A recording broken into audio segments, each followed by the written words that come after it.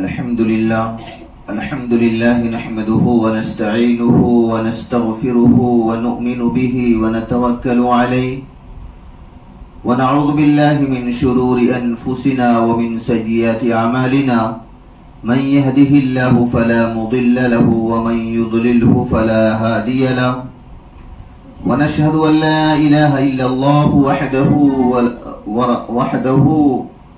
ونشهد أن لا إله إلا الله وحده لا شريك له ونشهد أن سيدنا وسندنا ونبينا وحبيبنا وشفيعنا ومولانا وملجانا محمد صلى الله عليه وعلى آله وأصحابه وبارك وسلم تسليما كثيرا كثيرا. الحمد لله رب العالمين والصلاة والسلام على أشرف المرسلين وعلى آله وصحبه أجمعين. أما بعد فأعوذ بالله من الشيطان الرجيم. بسم الله الرحمن الرحيم. الله لا إله إلا هو الحي القيوم لا تأخذه سنة ولا نوم له ما في السماوات وما في الأرض من ذا الذي يشفع عنده إلا بإذنه يعلم ما بين أيديهم وما خلفهم ولا يحيطون بشيء من علمه إلا بما شاء وسع كرسيه السماوات والأرض ولا يؤوده حفظهما وهو العلي العظيم. وقال الله سبحانه وتعالى في الكلام المجيد والفرقان الحميد لا تدركه الأبصار وهو يدرك الأبصار وهو اللطيف الخبير. صدق الله المولان العظيم وصدق رسوله النبي الأمين المتين الكريم ونحن على ذلك لمن الشاهدين والشاكرين والحمد لله رب العالمين. عزیزان گرامی، قابل احترام حاضرین مجلس، میری پردہ نشین ماں اور بہنوں، السلام علیکم ورحمۃ اللہ وبرکاتہ. عزیزان گرامی، اللہ جل جلالہ اما نوالہ کا بے انتہا فضل ہوا، اس کا کرم ہوا کہ آج جمعہ کے دن ہم لوگوں کو ایک جگہ جمع ہو کر اپنی اور اپنے پیارے محبوب جناب محمد عربی صلی اللہ علیہ وسلم کے متعلق کچھ باتیں کہنے اور سننے کی توفیق نصیب فرمائی. عزیزان گرامی، اللہ جل جلالہ کا بے انتہا فضل ہوا، اس کا کرم ہوا کہ ہم سب لوگوں کو ایسے پیارے محبوب جناب محمد عربی صلی اللہ علیہ وسلم کا امتی بنایا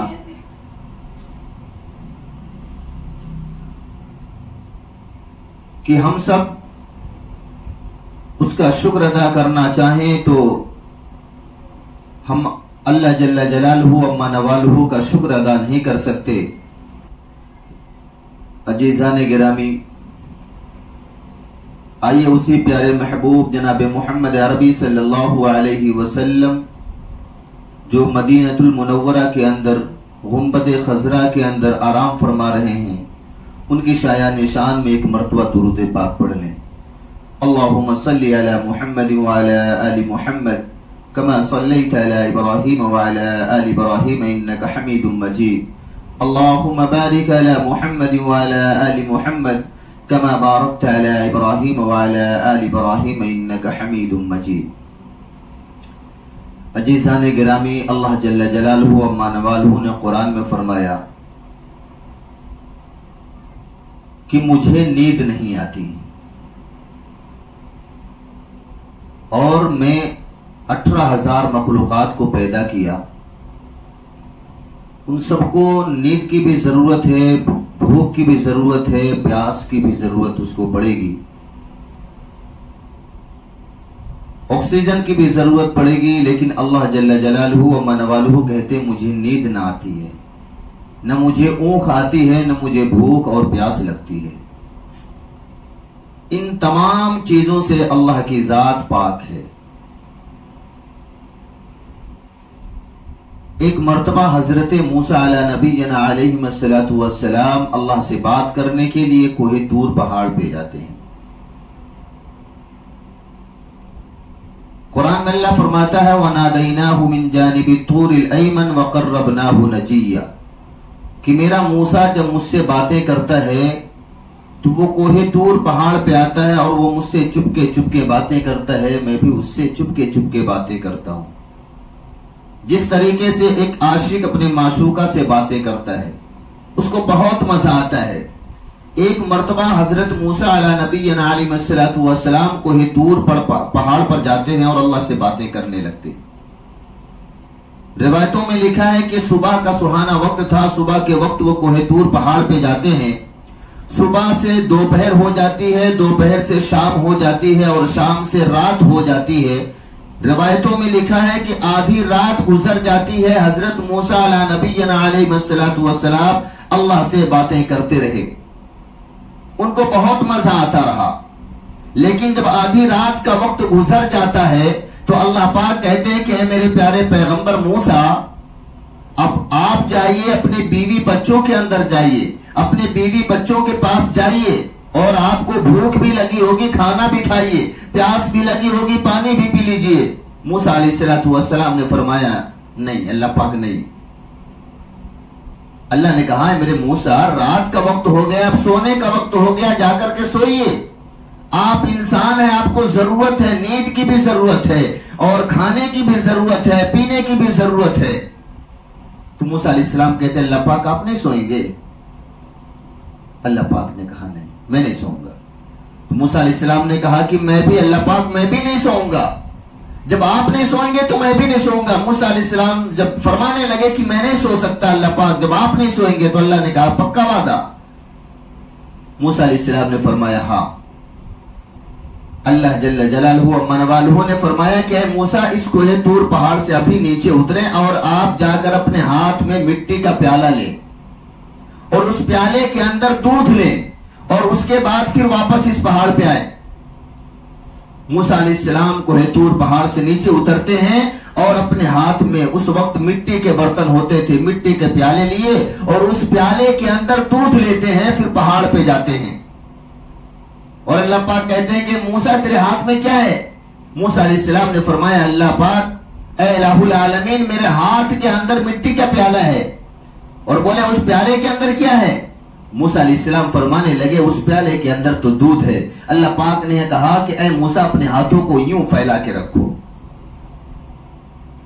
پھیلا کے رکھو۔ موسیٰ علیہ السلام نے ہاتھوں کو پھیلایا۔ کتابوں میں لکھا کہ اللہ جل جلالہ عما نوالہ جنت کی ایک ٹھنڈی سریلی ہوا چلاتے ہیں، جو ہوا اللہ کے عرش کے نیچے سے گزرتی ہوئی آتی ہے اور ہلکی سی ٹھنڈک سی ہوا تھی، وہ جھونکے آ کر کے موسیٰ علیہ السلام کو لگتے ہیں، فوراً موسیٰ علیہ السلام نیند کے جھونکے میں آ جاتے۔ جب ان کو نیند کا جھونکا آتا ہے تو ان کے ہاتھ سے پیالہ چھوٹ جاتا ہے اور وہ لڑکتا لڑکتا گرتے ہوئے پہاڑ کے نیچے چلا جاتا ہے۔ اچانک موسیٰ علیہ السلام کی آنکھ کھل جاتی ہے اور کہتے ہیں کہ اللہ پاک نہیں مجھ سے غلطی ہو گئی۔ اللہ پاک نے کہا موسیٰ تم جاؤ گھر پہ اور تم کو سونے کی ضرورت ہے۔ موسیٰ علیہ السلام نے کہا کہ اللہ پاک میں گھر پہ جاؤں؟ اللہ نے فرمایا ہاں۔ اے موسیٰ ابھی تمہارے ہاتھ میں کیا تھا؟ انہوں نے کہا میرے ہاتھ میں پیالہ تھا، مٹی کا پیالہ تھا۔ بولے اس پیالے کے اندر کیا تھا؟ بولے دودھ تھا۔ بولے دودھ تھا کہاں ہے؟ بولے وہ تو گر گیا، مجھے نیند کا جھونکا آیا۔ اللہ پاک نے فرمایا کہ موسیٰ تجھے نیند کی ضرورت ہے، تو میرا محبوب ہے، میرا پیغمبر ہے، میرا برگزیدہ نبی ہے، لیکن اس کے ساتھ ساتھ تو انسان بھی ہے، تجھے نیند کی بھی ضرورت ہے، تجھے کھانے اور پینے کی بھی ضرورت ہے، تجھے اپنے نفس کو اپنی خواہشات کو پورا کرنے کی بھی ضرورت ہے۔ اے میرے موسیٰ، اے میرے پیغمبر تم جاؤ اور آرام کرو، اپنے بیوی بچوں میں جاؤ، کھانا کھاؤ، پانی پیو، آرام بھی کرو۔ موسیٰ علیہ السلام کہنے لگے ٹھیک ہے اللہ پاک میں جا رہا ہوں۔ پہاڑ سے نیچے اترتے ہیں، پھر واپس پہاڑ پہ جاتے ہیں اور بولتے ہیں اللہ پاک، اللہ نے فرمایا کہ اے موسیٰ اب کیا ہو گیا؟ بولے آپ نہیں سوئیں گے؟ اللہ نے کہا نہیں مجھے نیند نہیں آتی، میں نہیں سوؤں گا۔ تو موسیٰ علیہ السلام نے فرمایا کہ اس کی وجہ مجھے بتا دیجئے کہ آپ کیوں نہیں سوئیں گے؟ آپ کیوں نہیں سوئیں گے؟ اللہ نے کہا میں تو وہ ساری وجہ تم کو بتلا دیا، بولے وہ کیا؟ کون سی وجہ؟ آپ نے تو کچھ وجہ نہیں بتلائی۔ موسیٰ علیہ السلام کہنے لگے کچھ وجہ آپ نے نہیں بتلائی۔ اللہ نے فرمایا کہ اے موسیٰ، تمہارے ہاتھ میں ابھی پہاڑ کے اوپر چڑھے تھے، کیا تھا؟ انہوں نے کہا مٹی کا پیالہ تھا۔ بولے اس پیالے کے اندر کیا تھا؟ بولے اس پیالے کے اندر دودھ تھا۔ بولے کیا ہوا پھر؟ بولے مجھے نیند کا جھونکا آیا اور وہ میرے ہاتھ سے پیالہ چھوٹ کر گر گیا، ٹوٹ گیا، دودھ بھی گر گیا۔ بولے اے موسیٰ، میرے ایک ہاتھ میں 7 آسمان ہیں۔ اللہ پاک فرما رہے ہیں موسیٰ، اے میرے برگزیدہ نبی، اے میرے پیغمبر، میرے ایک ہاتھ میں 7 آسمان ہے اور دوسرے ہاتھ میں 7 زمین ہے۔ اگر میں سو جاتا ہوں تو یہ آسمان کے نظام کو درہم برہم ہونے میں ٹائم نہیں لگے گا، زمین ٹوٹ پھوٹ جائے گی، بکھر جائے گی۔ اے موسیٰ، مجھے اس لیے نیند نہیں آتی، مجھے نیند کی ضرورت ہی نہیں ہے۔ اللہ نے قرآن میں بھی فرما دیا۔ اللہ پاک فرماتے ہیں موسیٰ تم جاؤ، تم آرام کرو، تم کو آرام کی ضرورت ہے۔ کسی نے اللہ کو دیکھا نہیں، اللہ کتنے بڑے ہیں کسی نے تصور نہیں کیا ہوگا۔ آقا مدنی جناب محمد رسول اللہ صلی اللہ علیہ وسلم کے پاس ایک مرتبہ جبریل امین آئے اور فرمانے لگے ہم سب کے نبی وہ نبی ہیں جو اللہ کو بھی دیکھے۔ معراج کے وقت 7 آسمانوں کا معراج کیے، 8 جنتوں کا معراج کیے، عرش پر گئے، اللہ کے سامنے بیٹھ کر ہم کلامی کیے۔ اللہ کے رسول صلی اللہ علیہ وسلم نے فرمایا کہ اللہ کی کرسی اتنی بڑی ہے کہ یہ 7 زمین اور 7 آسمان اللہ کے کرسی کے سامنے رکھ دی جائے تو ایک انگوٹھی کے برابر نظر آئے گی۔ یہ 7 زمین اور 7 آسمان جو ہے اللہ کے کرسی کے سامنے ایک انگوٹھی کے برابر نظر آئے گی۔ تو اللہ پاک کتنے بڑے ہوں گے۔ اللہ نے قرآن میں کہا لا تدرکہ الابصار وہو یدرک الابصار وہو اللطیف الخبیر، کوئی ایسی آنکھ نہیں ہے جو مجھے دیکھ سکے، لیکن میرے پاس وہ آنکھیں ہیں، میں دنیا کے ہر ذرے ذرے پر نظر رکھتا ہوں۔ 18,000 سے بھی زائد میں نے مخلوق پیدا کی ہے، میں سارے مخلوق کے اوپر اپنی نظر کو رکھتا ہوں، میں سب کو دیکھتا ہوں، یہاں تک کہ کالی چوٹی ہو اگر کالے رات میں کالے پہاڑ کے اوپر چلتی ہے تو اس کے پیر کو بھی میں دیکھتا ہوں کہاں کہاں رکھتی ہے۔ اللہ نے اسی آیت الکرسی کے اندر فرما دیا کہ میرے ایک ہاتھ میں 7 آسمان ہیں اور ایک ہاتھ میں 7 زمین ہیں۔ اور اسی آیت الکرسی کے اندر اللہ نے فرما دیا کہ مجھے نیند نہیں آتی۔ یہ آیت الکرسی اتنی مبارک آیت الکرسی ہے، اتنی پاورفل ہے کہ اس آیت الکرسی کے اندر ایک آیت کے اندر اللہ پاک نے اپنے 17 ناموں کو فٹ کیا ہے۔